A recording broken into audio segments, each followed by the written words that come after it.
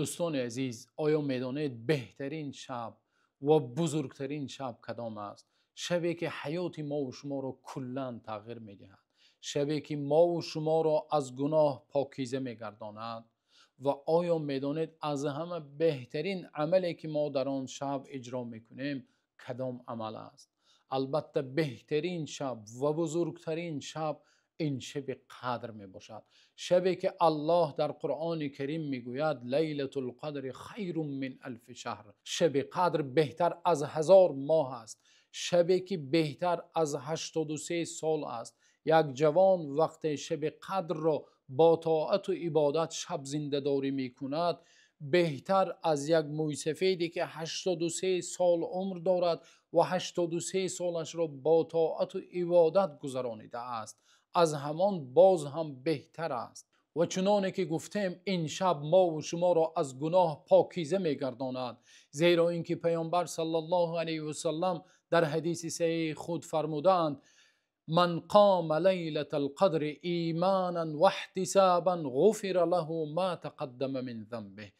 کسی اگر شب قدر را شب زنده داری کند، از جهت ایمان، از جهت طلب ثواب اگر شب زنده داری کند، الله حق سبحانه و تعالی تمام گناهان گذشته او را مغفرت می کند.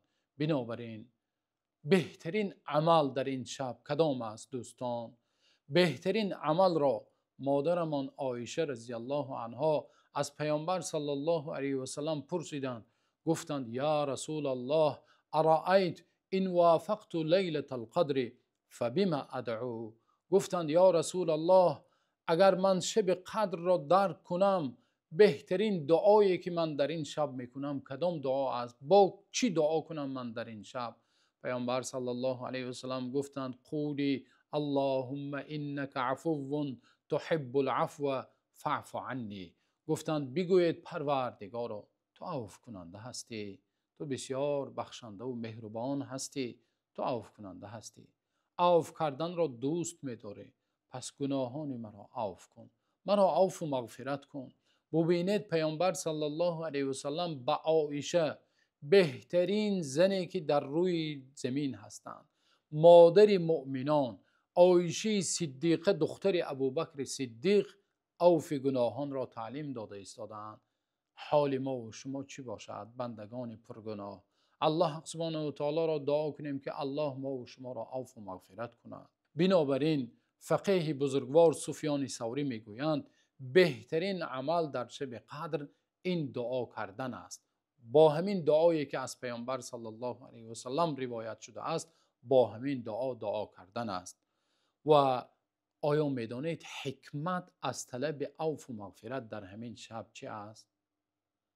حافظ ابن رجب رحمت الله علیه حکمتش را بیان کرده میگویند عارفان، بندگانی که به الله سبحانه و تعالی یقین دارند، آنها در این شب خیلی اجتهاد میکنند، خیلی طاعت و عبادت زیاد میکنند، ولی پس از طاعت و عبادت و کوشش در طاعت و عبادت و اجتهاد خود را مقصر و خود را باز هم گناهکار احساس میکنند. بنده مؤمنی که به الله یقین دارد، بنده مؤمن حقیقی، همیشه خود را نزد ذات بزرگ، نزد الله حق سبحانه و تعالی همیشه خود را مقصر و همیشه به گناهان خود اعتراف میکند. بنابراین پس از اجتهاد در طاعت و عبادت دست میبردارد و میگوید پروردگارا تو عفو کننده هستی، عفو کردن را دوست میداری، گناهان مرا عفو و مغفرت نما. و باز هم ما از این دعای پیامبر صلی الله علیه و سلم آداب را تعلیم میگیریم که پیامبر صلی الله علیه و سلم پیش از آنه که ما از الله سبحانه و تعالی یک چیزی را طلب کنیم، باید به الله حمد و ثنا بگوییم. بنابراین روز پیامبر صلی الله علیه و سلم مردی را میبینند که از الله حاجتش را میپرسد ولی به الله حمد و ثنا نمیگوید. پیامبر میفرمایند اگر یکی از شما دعا کردنی شد، اگر یکی از شما از الله طلب حاجت کردنی شد، نخستین حمد و ثنا به الله بگوید، سپس به من صلوات بفرستد، سپس حاجتش را طلب کند یا سپس دعا کند. بنابراین یکی از آداب دعا این است که ما اول به الله حمد و ثنا بگوییم، سپس به پیامبر صلی الله علیه و سلم صلوات بفرستیم، پس از آن دعا کنیم یا پس از آن حاجت خود را از الله طلب کنیم.